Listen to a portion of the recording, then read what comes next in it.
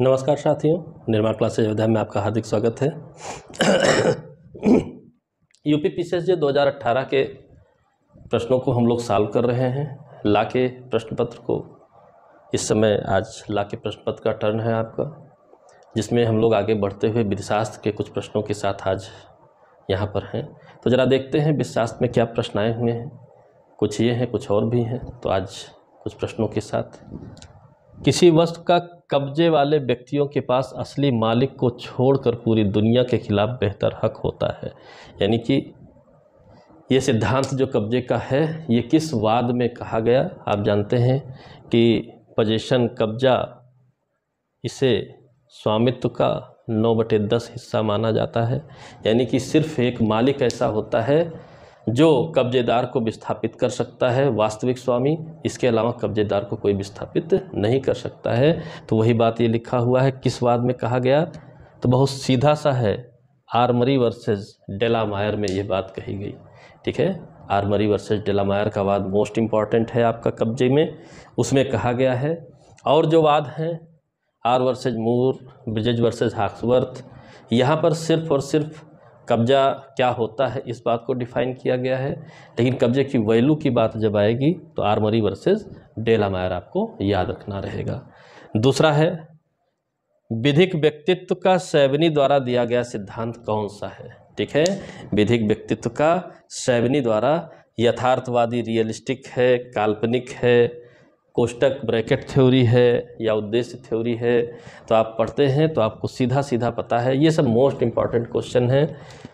काल्पनिक सिद्धांत, विधिक व्यक्तित्व का काल्पनिक सिद्धांत किसके द्वारा दिया गया? सैवनी द्वारा दिया गया। ठीक है, तो सैवनी ने काल्पनिक व्यक्तित्व के सिद्धांत को प्रतिपादित किया था।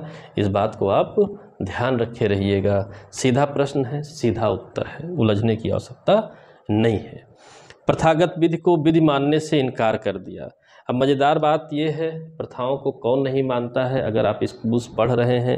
ठीक है, तो पॉजिटिव लॉ वाले प्रथा को मान्यता नहीं देते हैं। तो पॉजिटिव लॉ में ऑस्टिन यहाँ आपको स्पष्ट दिख रहे हैं। ऑस्टिन ही इसका उत्तर भी होंगे, ऑस्टिन ही इसका उत्तर भी होंगे कि प्रथागत विधि को विधि मानने से इनकार कर दिया।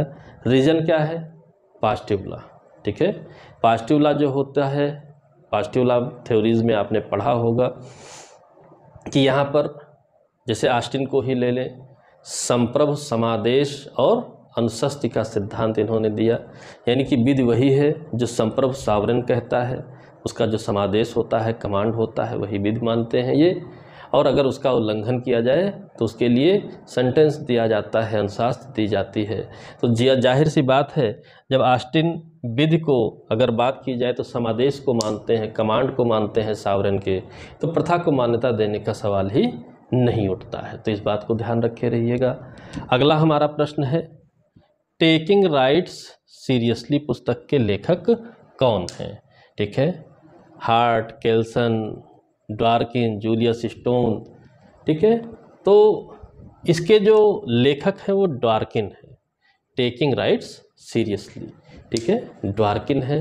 बहुत सीधा सा ये भी है, मतलब सीधे सीधे जूरिस्प्रूडेंस में जो भी क्वेश्चन अधिकांशतः पूछे जाते हैं वो सीधे होते हैं। बस ये है, आपके ऊपर निर्भर करता है कि आपका पढ़ने का दायरा क्या है।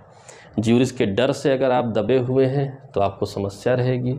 प्रश्नों को देख रहे हैं, बिल्कुल सीधा बात पूछता है, सीधा कलेक्शन करिए आप, आपके लिए आसान होगा।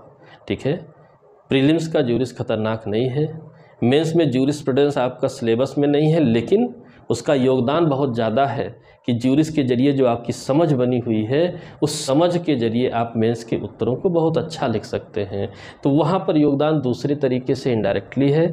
और यहाँ पर देखा जाए प्रीलिम्स में तो हमेशा प्रश्न, अधिकांशतः प्रश्न आप मान के चलिए कि सीधे तौर पर ही पूछते हैं कि यह क्या है, यह क्या है, तो सीधा हमें चुनना रहता है। कुछ ही क्वेश्चन रहते हैं जो ज्यूरिस की समझ के साथ होते हैं, लेकिन समझेंगे नहीं तो फैक्ट भी नहीं याद होगा। तो पढ़ने का लंबा प्रोसीजर है, ज़्यादा यहाँ नहीं उलझा जा सकता है, इसलिए मैं नहीं उलझ रहा हूँ। ठीक है, किसी भी समाज के अस्तित्व के लिए कुछ साझी नैतिकता आवश्यक है। अब बात आई यहाँ पर समझ, इसी समझ की बात हो रही थी कि कौन सी नैतिकता की बात हो रही है।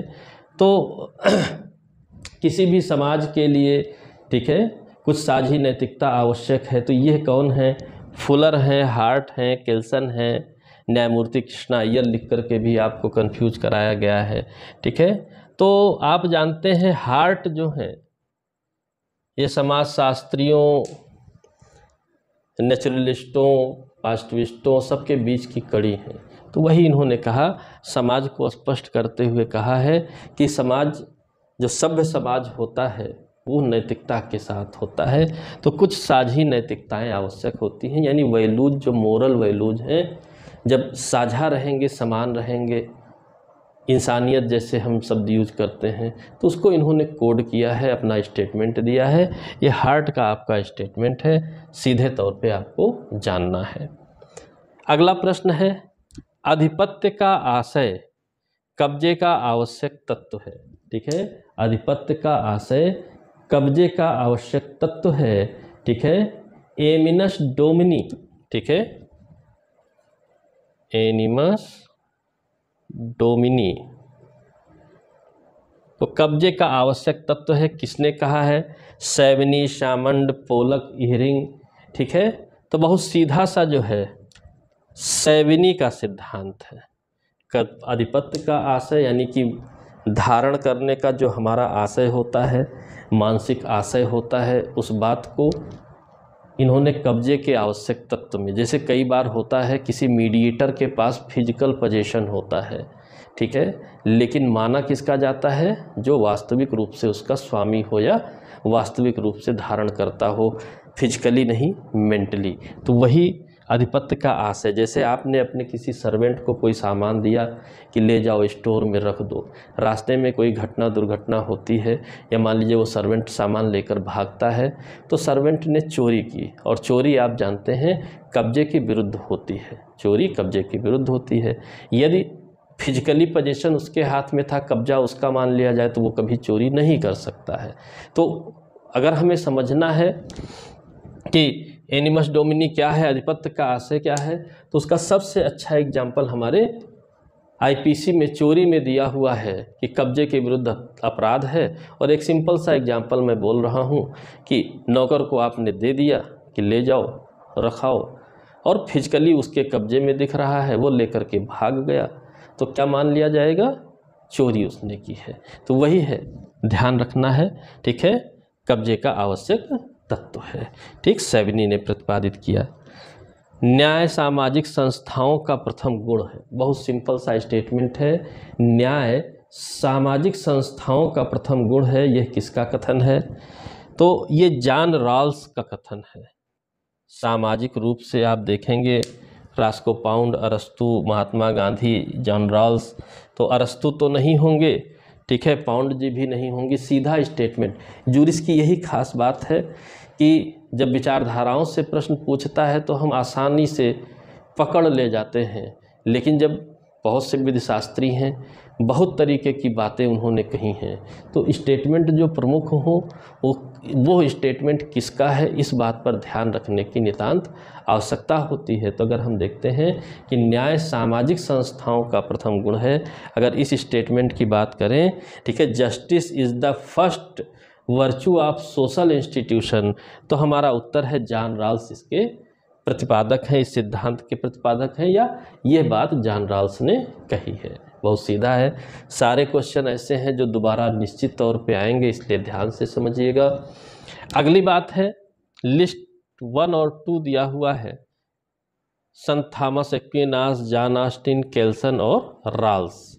यहाँ भी रॉल्स हैं, ऑस्टिन भी हैं, ठीक है। मानक क्रम नॉर्म्स दिया है, समादेश का सिद्धांत, तर्कों का आदेश, न्याय का सिद्धांत, नियमों की प्रणाली, ठीक है। 4 की जगह लिस्ट 2 में 5 बातें लिखी हुई हैं, ठीक है। अब बात आती है, इसमें जो सबसे फेमस बात है वो है समादेश सिद्धांत। अभी हमारी चर्चा हुई कि प्रथागत विधि को क्यों ऑस्टिन विधि नहीं मानते, तो इनकी थ्योरी क्या है। तो अगर हम ऑस्टिन को समादेश के सिद्धांत के साथ जोड़ देते हैं, यानी बी में 2, तो ये हमारे 2 ऑप्शन मिलते हैं, यानी कि सी और ए हमारा गलत है, सी और ए हमारा गलत है, ठीक है। अब इसके बाद हम चलते हैं, ठीक है, रूल्स की अगर बात की जाए, रूल्स की अगर बात की जाए नॉर्म्स की अगर बात की जाए, तर्कों का आदेश, न्याय का सिद्धांत, जब ऐसी बातें की जाती हैं तब हमारा क्या आंसर होगा। तो इसमें इन चारों में ऑस्टिन के बाद दूसरे नंबर पर केल्सन जी आते हैं और केल्सन ने नॉर्म्स को दिया है। नॉर्म्स की थ्योरी जो दी है, मानकों का सिद्धांत जो दिया है वो केल्सन ने दिया है। रूल्स की थ्योरी, नियमों की प्रणाली हार्ट की है। ठीक है, जैसे आप अगर हेडलाइन भी जान रहे हैं तो आपके लिए क्वेश्चन आसान हो जाएगा। नॉर्म्स की बात करें, मानक की बात करें तो केल्सन हमारे उत्तर हैं। तो केल्सन को अगर हम देखते हैं यानी सी में देखें तो एक ये हमारा उत्तर है और यहाँ नहीं है तो ये भी गलत हो गया। आंसर हमारा डी सही हो गया। इसका मतलब ये हुआ संत थॉमस एक्विनास किससे जुड़े हैं? तर्क का आदेश। ठीक है, आप जानते हैं कि जो है प्राकृतिक विधि में तर्क को, मॉरलिटी के साथ तर्क को भी जोड़ने का श्रेय सर थॉमस एक्विनास को ही जाता है। ठीक है, उसके आधार पर ये समाज शास्त्रीय विचारधारा से भी जुड़ते हैं। ठीक है, हर एक चीज़ देखेंगे तो आसान हो जाएगा। और वहीं रॉल्स की अगर बात की जाए, क्योंकि नियमों में तो जाएंगे नहीं, नियम हार्ट के हैं, तो ये न्याय के सिद्धांत में जाते हैं। और अभी आपने एक क्वेश्चन पहले पढ़ा है, न्याय सामाजिक संस्थाओं का प्रथम गुण है। यानी कि अगर न्याय शब्द रॉल्स के साथ आपको याद है तो एक नहीं दो दो क्वेश्चन आपके आसान हो जाएंगे, सही हो जाएंगे। तो इसीलिए बार बार मैं आपसे कहता हूं कि प्रश्नों को सॉल्व करना सीखिए। प्रश्नों को अगर सही ढंग से सॉल्व कर रहे हैं तो कहीं ना कहीं आपके लिए आसान हो जाएगा। ठीक है, तो ये आज आपके कुछ ज्यूरिस्प्रूडेंस के जो है प्रश्न थे। सिंपल प्रश्न हैं, सामान्य प्रश्न हैं, लेकिन इनके लिए मेहनत करने की आवश्यकता है। अगर सही ढंग से ज्यूरिस्प्रूडेंस पढ़ा जाए तो आपको लगभग मान के चलिए सभी क्वेश्चन आपके सही हो जाएंगे। ज्यूरिस का डर ज़्यादा बना दिया गया है। ठीक है, ज्यूरिस का डर ज़्यादा बना दिया गया है, ये एक अलग बात है, लेकिन है नहीं ऐसा, क्योंकि सभी लाज के जो जड़ हैं वहीं मिलती हैं, तो पढ़ने में भी बहुत मज़ा आता है।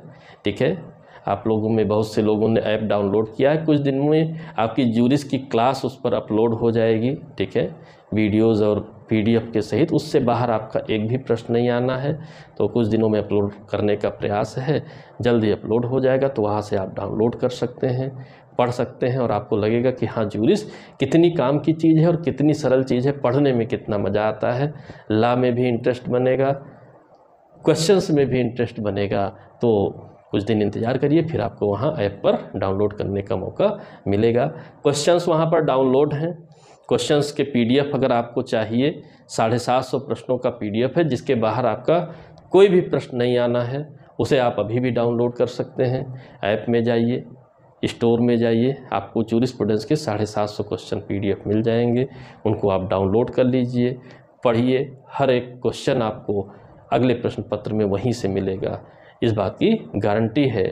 वो आप चाहिए विजिट करिए, देखिए, आपके लाभ की चीज़ें हैं। ठीक है, अगले ज्यूरिस के प्रश्नों के साथ अगले वीडियो में मैं पुनः उपस्थित रहूँगा। तब तक के लिए जय हिंद, जय भारत, धन्यवाद।